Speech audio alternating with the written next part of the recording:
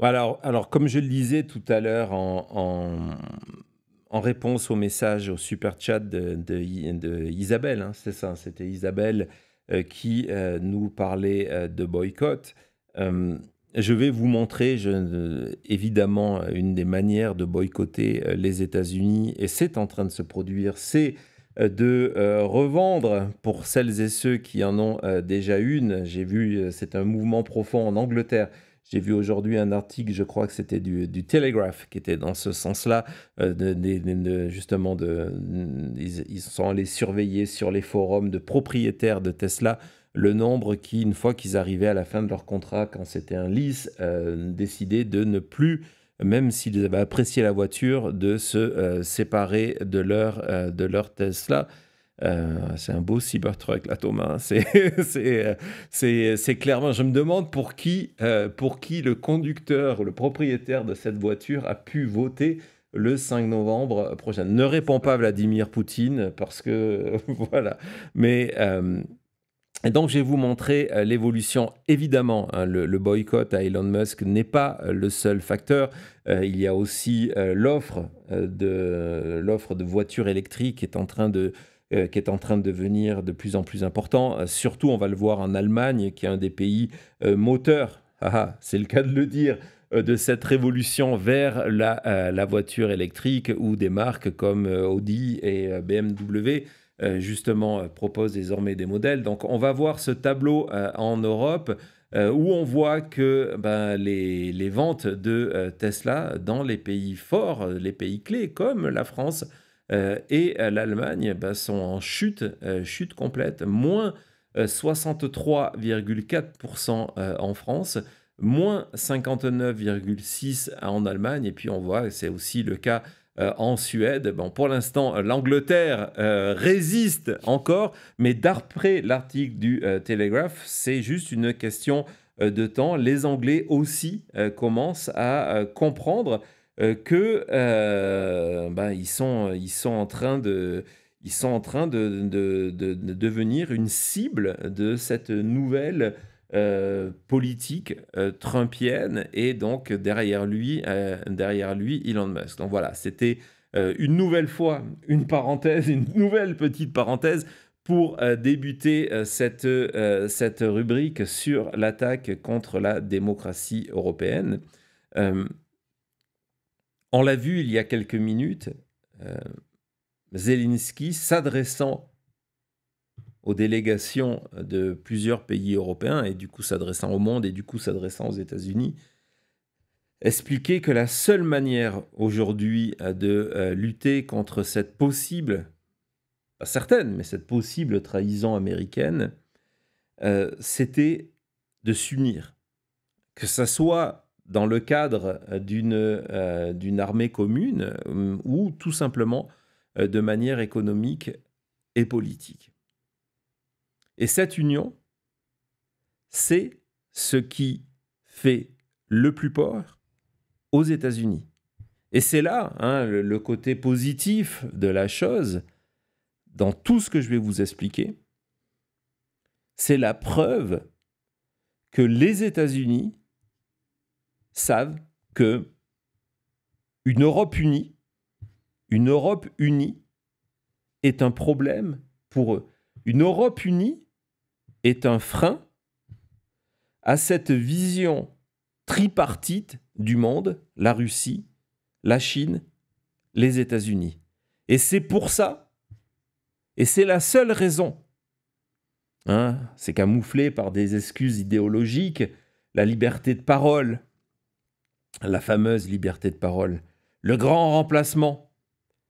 Mais la réalité, c'est que les Américains ont besoin d'une Europe divisée. Et comment diviser l'Europe? C'est en aidant, et oui, ça s'appelle de l'interférence, oui, ça s'appelle de l'ingérence, c'est en aidant les partis populistes, ceux qui rejettent justement ces idées d'union, à arriver au pouvoir. On a parlé de l'Angleterre, qui est une des cibles. Demain, cela sera la France. Demain, cela sera la France. Aujourd'hui, la cible, c'est l'Allemagne. Tous les efforts déployés par Elon Musk, et ceux depuis hier déployés par J.D. Vance, vice-président des États-Unis, pour soutenir le AfD, parti d'extrême droite en Allemagne, c'est pour diviser le pays. Vance, comme les personnes qui le conseillent, comme les personnes qui l'entourent, savent que l'Allemagne, au même titre que la France, est un des moteurs de l'Europe. Et pour éviter une Europe unie, pour éviter que cette Europe unie remette en question l'hégémonie américaine, pour éviter que cette Europe unie vienne contrecarrer ces plans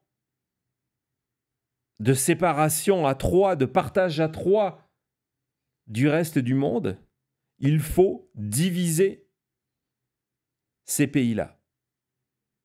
Il faut les mettre sous pression externe, les tarifs douaniers par exemple, mais surtout, il faut les faire imploser. Il faut les faire imploser. Et la manière la plus simple, la plus efficace, la plus rapide pour les faire imploser, c'est de permettre la naissance de crises politiques. En soutenant quoi ? En soutenant l'extrême droite. C'est ce qui est en train de se jouer. J'ai 2 vidéos à vous montrer, 2 extraits du discours prononcé par J.D. Vance à Munich, qui a d'ailleurs rencontré Zelensky. Je me demande ce qui, d'ailleurs, a pu se dire à ce moment-là, lorsqu'on connaît la position depuis toujours. Hein, c'est pas une surprise, encore une fois. Ce n'est pas une surprise. Ouais, on voit J.D. Vance et Marco Rubio à sa droite. Lorsque l'on sait donc les positions de J.D. Vance depuis le début du conflit ukrainien, et qui souhaite que l'Ukraine soit abandonnée au profit de Vladimir Poutine. On se demande donc ce qui a pu être dit à ce sommet-là. Donc je vais vous présenter 2 extraits. Les 2 extraits ont le même but. Ces 2 extraits sont une attaque verbale, mais une attaque des États-Unis contre la démocratie en général et la démocratie européenne en particulier. Ces 2 discours, ces 2 extraits de discours, en toute honnêteté, ils auraient pu être écrits et approuvés par Vladimir Poutine. Il y a quelques semaines, vous vous en souvenez, nous avons fait une émission spéciale de Sentinelle sur ce qui s'était passé en Roumanie, où le 2e tour de l'élection présidentielle avait été annulé après la démonstration de cette ingérence, cette interférence du processus démocratique par la Russie. Encore une fois. Il y a quelques années, républicains ou démocrates, hein, George Bush, je pense George Bush, Ronald Reagan, auraient pris sans aucune hésitation la défense de la Roumanie, en expliquant le risque que représentait la Russie en termes de déstabilisation de l'Europe. Mais pas aujourd'hui. Aujourd'hui, le vice-président des États-Unis attaque la Roumanie. Attaque la Roumanie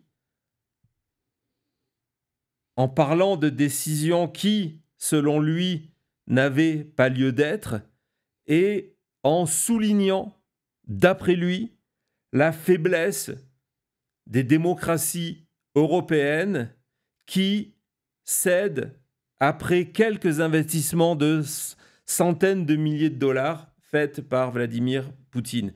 On écoute sur la Roumanie J.D. Vance.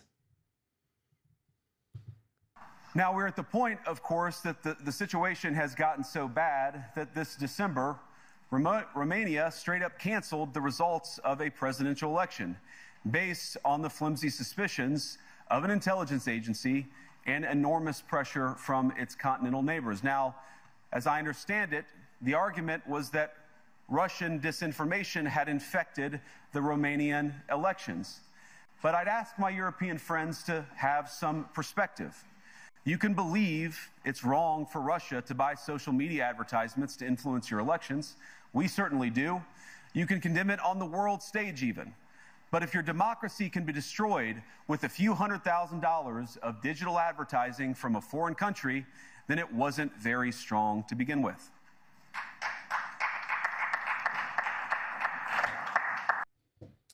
On remarquera les quelques applaudissements polis. On imagine qu'il doit y avoir 2 ou 3 membres de la délégation américaine, de son équipe, dont son attaché de presse qui se dit « Mon Dieu, mon Dieu, mon Dieu ». C'est le moment, il vient de baisser le ton de sa voix, c'est le moment où il faut applaudir. Et donc voilà, c'est sur encore une fois une scène mondiale. Hein, lorsque Vance parle, il sait que ses propos vont être repris de partout. Et quand je dis partout, c'est de Washington à Moscou. De Washington à Moscou. C'est un coup de poignard dans le dos des États-Unis fait à un autre allié, membre de l'OTAN. Absolument. C'est un coup de poignard fait à la Roumanie et à travers la Roumanie de toutes ces démocraties européennes en disant finalement vous n'êtes pas assez fort, c'est que votre modèle ne marche pas. Donc ça c'est la Roumanie. Mais hier ou avant-hier, le discours de J.D. Vance, alors que, il faut préciser, le contexte est super important. Il a été aujourd'hui reprécisé par le chancelier allemand Olaf Scholz avec humour. Hein, il a fait rire la salle, mais bon, sur le fond, il n'y a rien de drôle. Sur la forme, je le comprends. La déclaration de Vance, elle est faite donc dans le cadre de cette conférence sur la sécurité à Munich, alors que le public attend qu'il parle de l'Europe, qu'il parle de l'Europe et surtout de l'Ukraine, et donc de la manière dont les États-Unis et l'OTAN peuvent défendre l'Europe. Et en fait, comme un preneur d'otages, J.D. Vance va profiter de ce micro tendu, de cette scène internationale, pour affaiblir, verbalement, mais affaiblir ses alliés. Je ne sais pas si vous imaginez, si vous arrivez à saisir la portée de la chose. C'est comme si vous invitiez quelqu'un chez vous. Non, vraiment, c'est comme si vous invitiez quelqu'un chez vous, quelqu'un de votre famille ou un ami depuis toujours, et qui prendrait la parole à la fin du repas pour remettre en question la manière, par exemple, dont vous élevez vos enfants.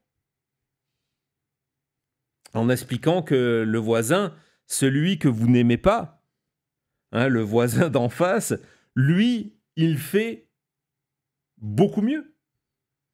Et donc, c'est ce qui s'est passé avec le discours de Vance, qui a très peu parlé finalement de l'Ukraine, toute façon, on connaît la position de Vance et désormais des États-Unis sur l'Ukraine, pour s'attaquer à la démocratie, pour semer les règles, les graines de la division. Et évidemment, dans le cadre de cette campagne de déstabilisation, c'est l'Allemagne qui est visée. Je vous ai expliqué pourquoi. 1, il va y avoir des élections. Et 2, parce que l'Allemagne est un moteur de l'Europe. Si on arrive, lorsqu'on se place du point de vue américain et du point de vue russe, il y a une convergence d'intérêts manifeste à ce moment-là. Si on arrive à ralentir l'essor de ce moteur européen, on a tout à y gagner lorsqu'on est russe ou lorsque nous sommes américains. On a tout à y gagner. On a besoin que le moteur fonctionne beaucoup plus mal. Diviser pour mieux régner, exactement, Manu. Et donc, c'est quelque chose qui se passe depuis des semaines. Vous avez vu les différents soutiens populaires de Elon Musk au parti d'extrême droite. La mise à disposition, comme il a fait aux États-Unis, de l'algorithme de X en Allemagne pour mettre en avant des fake news et des informations favorables à l'AfD, avec l'idée derrière donc de permettre à ce parti d'extrême droite qui est révisionniste, dont certains membres ont été condamnés pour avoir utilisé des chants nazis, ce soutien a pris avec Vance non seulement un caractère officiel. Elon Musk agit en termes de citoyen, en termes de propriétaire d'une plateforme. J.D. Vance parle en tant que représentant d'un pays, représentant du pays le plus puissant au monde, en tant que vice-président de Donald Trump. Et donc, ce discours officiel est allé encore plus loin en remettant en cause la pierre angulaire de la politique allemande pour ne jamais retomber dans ce qui s'est passé dans les années 30. Cette pierre angulaire, on va la voir, ce que les Allemands, les politiciens allemands appellent le pare-feu, ce que Vance appelle le firewall, est désormais remis en cause par J.D. Vance. On va écouter J.D. Vance et après je vais vous raconter c'est quoi ce fameux pare-feu, ce fameux firewall. À tout de suite. Humor. If American democracy can survive 10 years of Greta Thunberg scolding, you guys can survive a few months of Elon Musk. But what German democracy, what no democracy, American, German, or European, will survive is telling millions of voters that their thoughts and concerns, their aspirations, their pleas for relief are invalid or unworthy of even being considered. Democracy rests on the sacred principle that the voice of the people matters.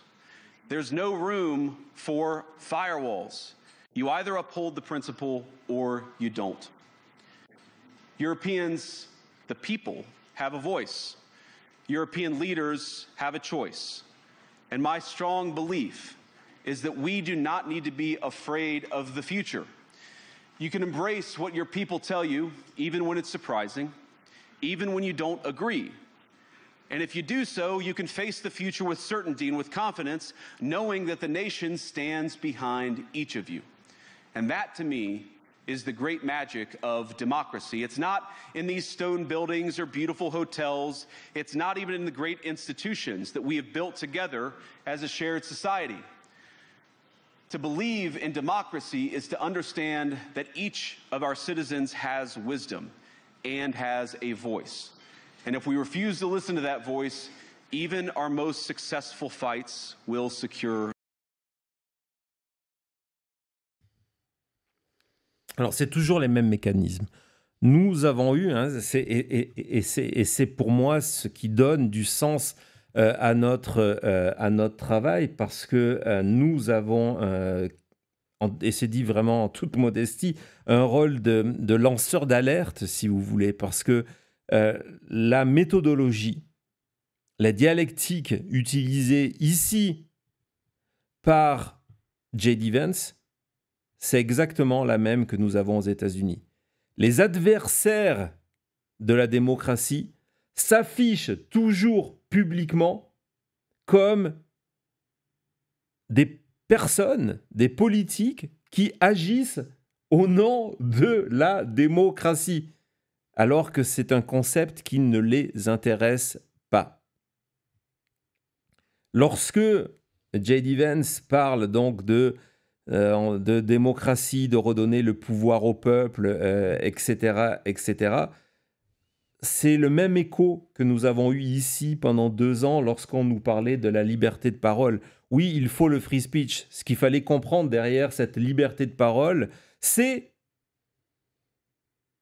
laisser nous et donner de l'écho à nos propos qui sont antidémocratiques, qui sont basés sur des fake news, qui sont antisémites, qui sont racistes, qui sont suprémacistes. C'est exactement la même chose. Dans l'absolu, évidemment, c'est très dur d'écouter J.D. Vance. On va parler évidemment de sa phrase où il dit « There is no room for firewalls », qui est la plus importante de tout ce discours-là. Mais quand on écoute J.D. Vance, on se dit « Bah oui, c'est la voix de la raison ». Mais on dirait mot par mot aussi ce que Elon Musk disait quand il a pris Twitter. Et il disait que sa priorité, c'était de remettre le free speech, que le Twitter allait voter pour ce qui allait se passer, toujours avec des phrases en latin pour faire vraiment le professionnel qui veut bien pour tout le monde. On dirait mot pour mot exactement ce discours-là. Bien sûr, parce que c'est un discours qui est dur à défendre. Lorsque vous allez le dénoncer sur les réseaux sociaux, ou même en parler à certains amis qui sont sensibles à ces idéaux politiques, on va dire « Mais attends, t'es antidémocratique ». Ce que dit J.D. Vance, c'est le fait que le peuple, les élus doivent écouter le peuple parce que le peuple vote et que donc il a cette sagesse du bulletin de vote. Oui. C'est le niveau 1 de ce qu'il dit. C'est le niveau 1, si tu écoutes juste comme ça, exactement. Bah oui, forcément, c'est formidable. Voilà. C'est la démocratie. Mais le problème, c'est lorsque on change les règles du jeu.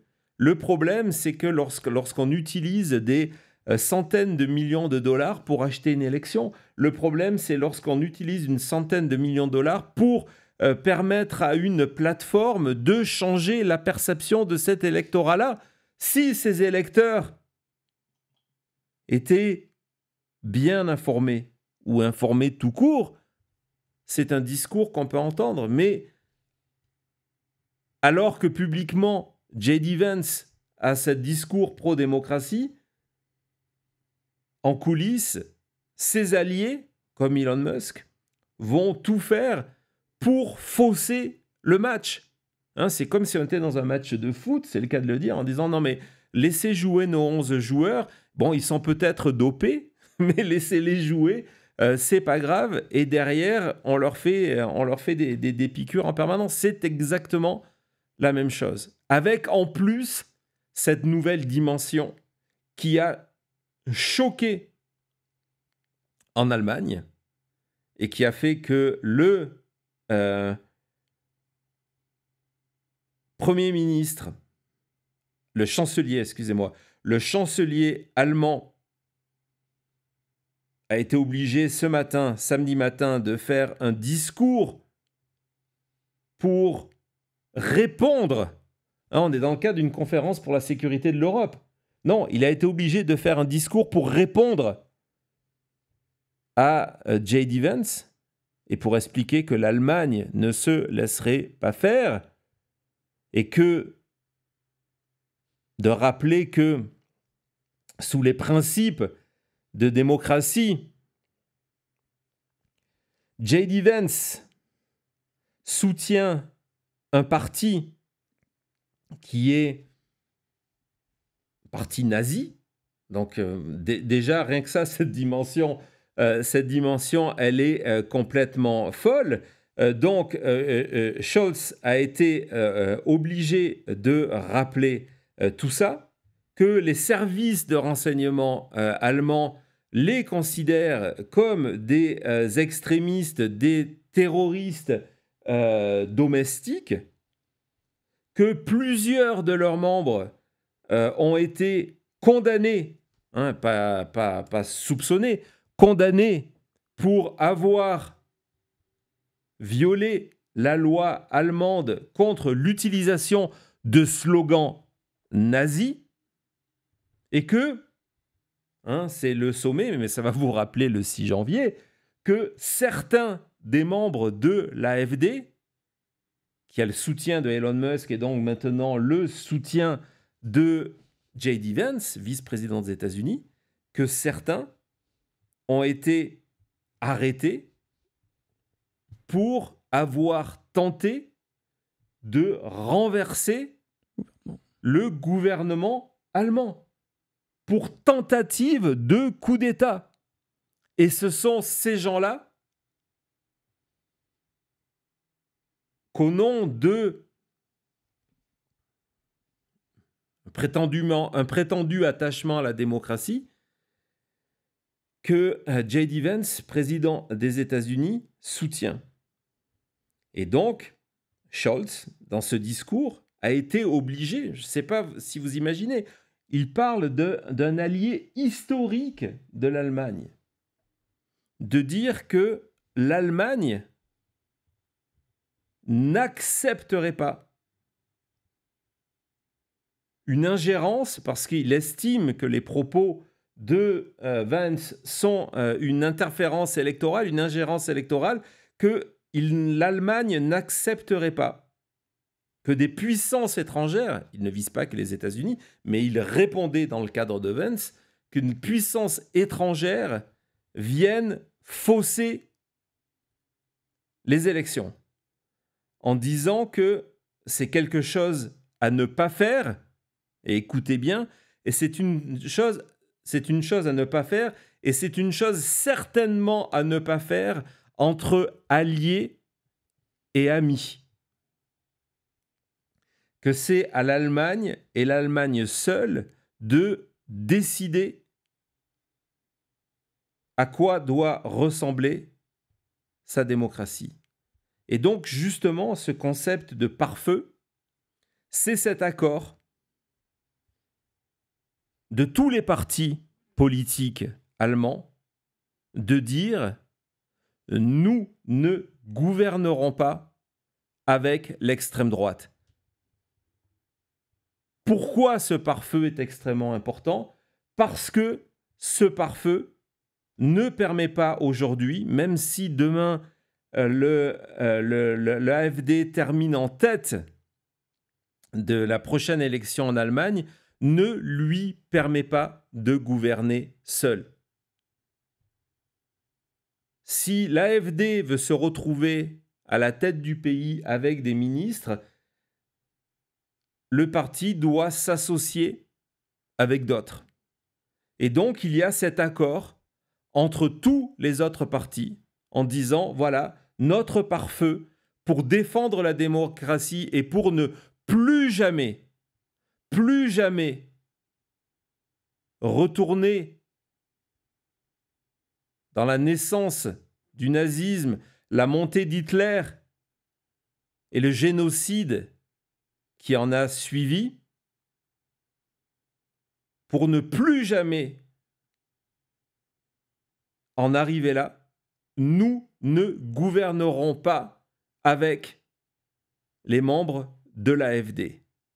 Et c'est aujourd'hui ce que J.D. Vance, vice-président des États-Unis, leur demande à renoncer.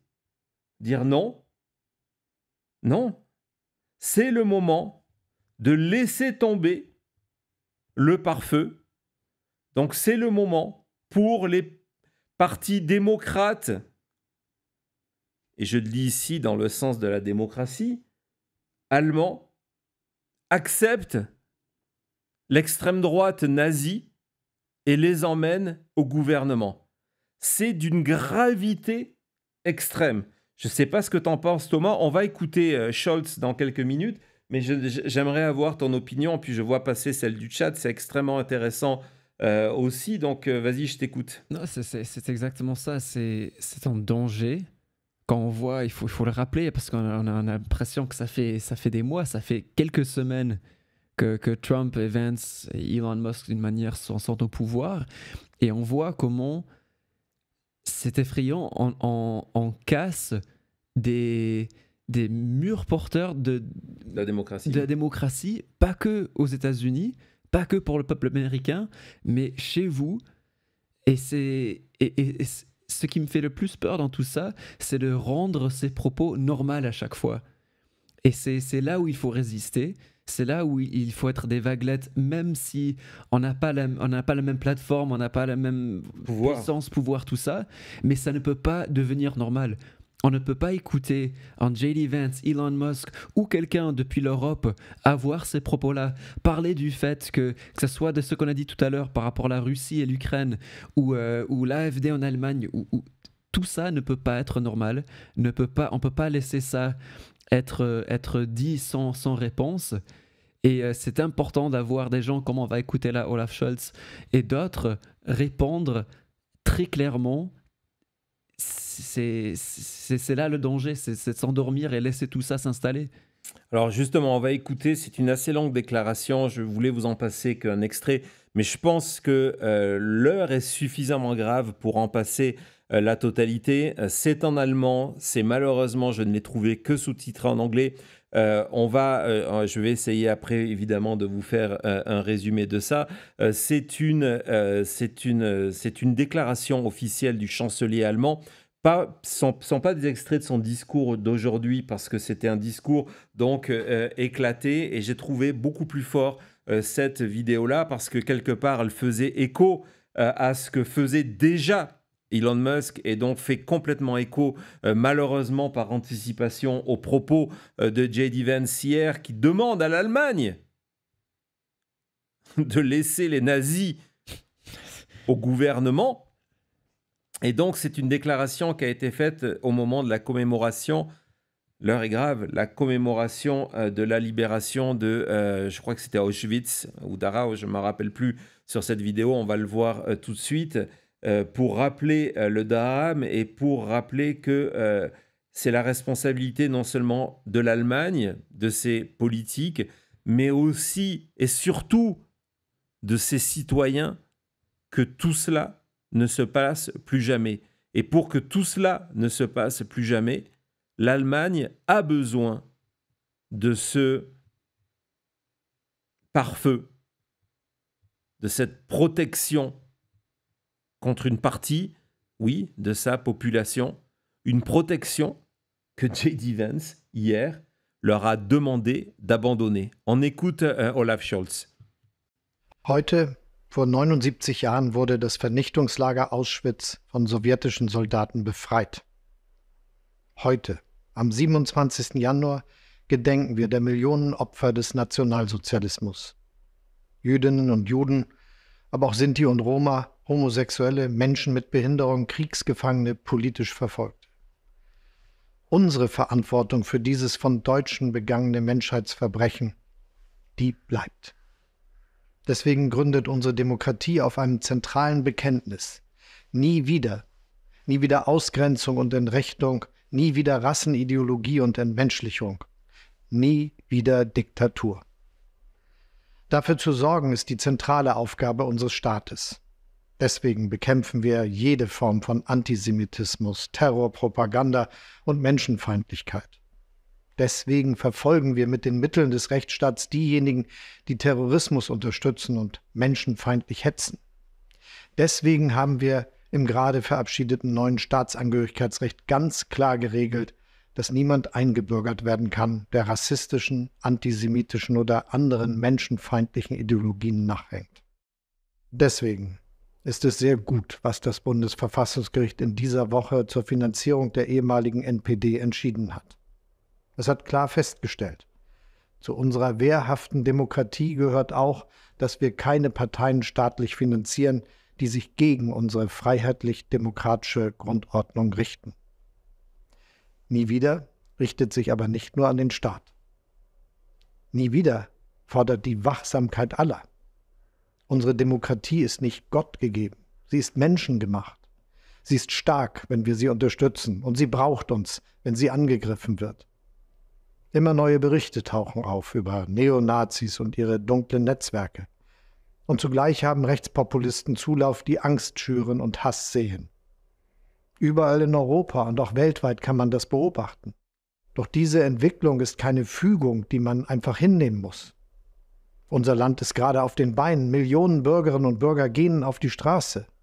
Für Demokratie, für Respekt und Menschlichkeit, für einander, denn darum geht es doch im Kern. Es ist der Zusammenhalt der Demokratinnen und Demokraten, der unsere Demokratie stark macht. Ihnen selbstbewusst in der Öffentlichkeit zu zeigen, so wie es jetzt geschieht, das tut gut. Und gleichzeitig lebt dieser Zusammenhalt jeden Tag auch fernab der größeren Öffentlichkeit.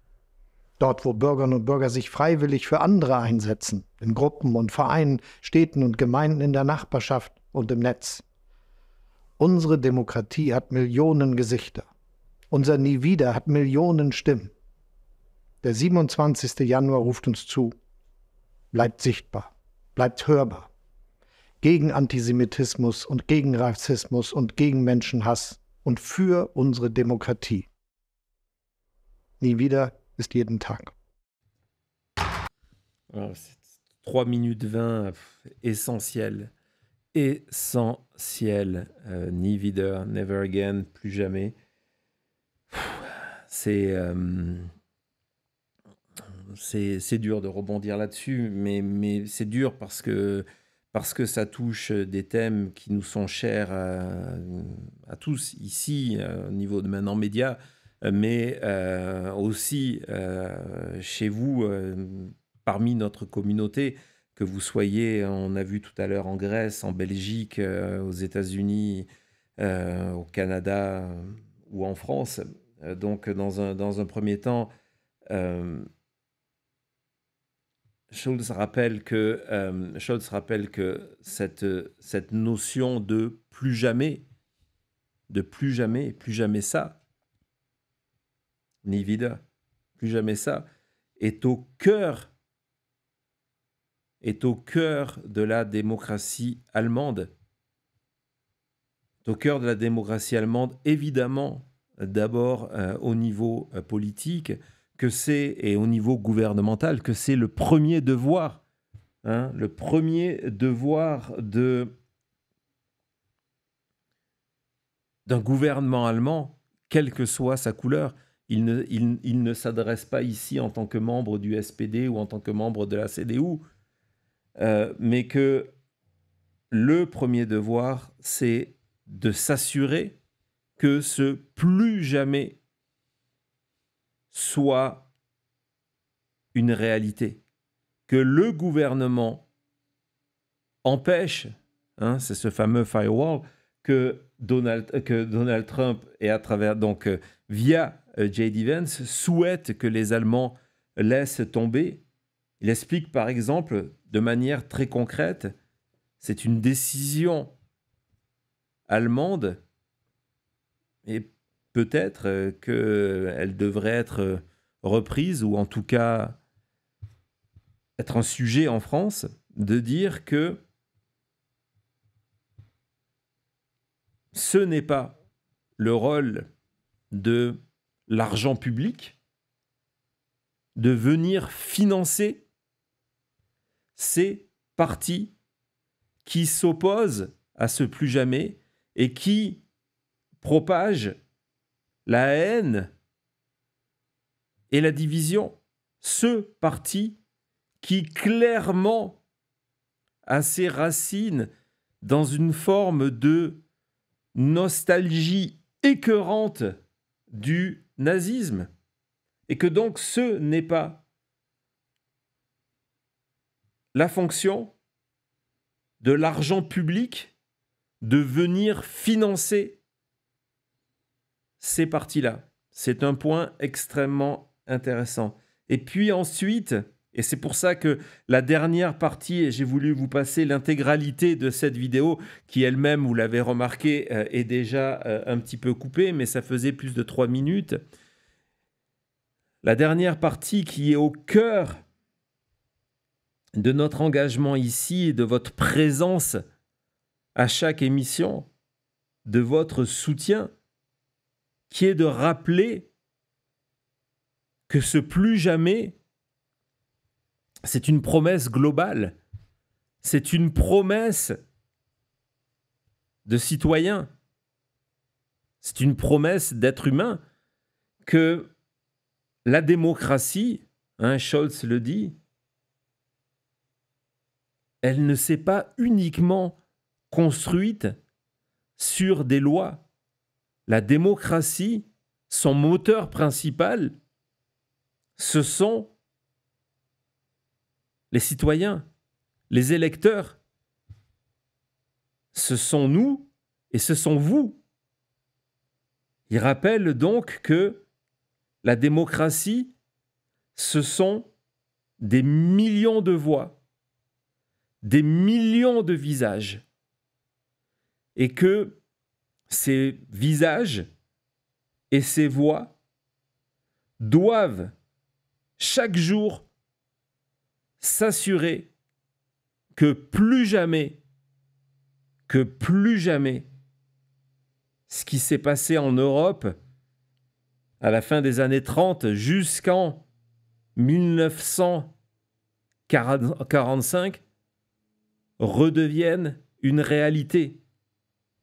C'est notre devoir,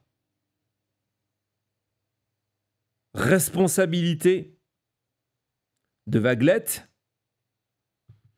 d'étoiles dans la nuit et de sentinelles. Et c'est pour ça que je voulais conclure cette partie sur cette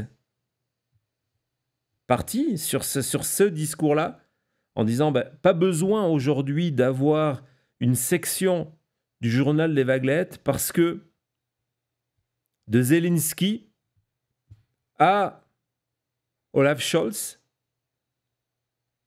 à Emmanuel Macron, et ce n'est pas un soutien ici pour la présidence ou pour le parti de qui que ce soit, mais qui a donc convoqué pour lundi ce sommet pour répondre à la menace que représente aujourd'hui Donald Trump,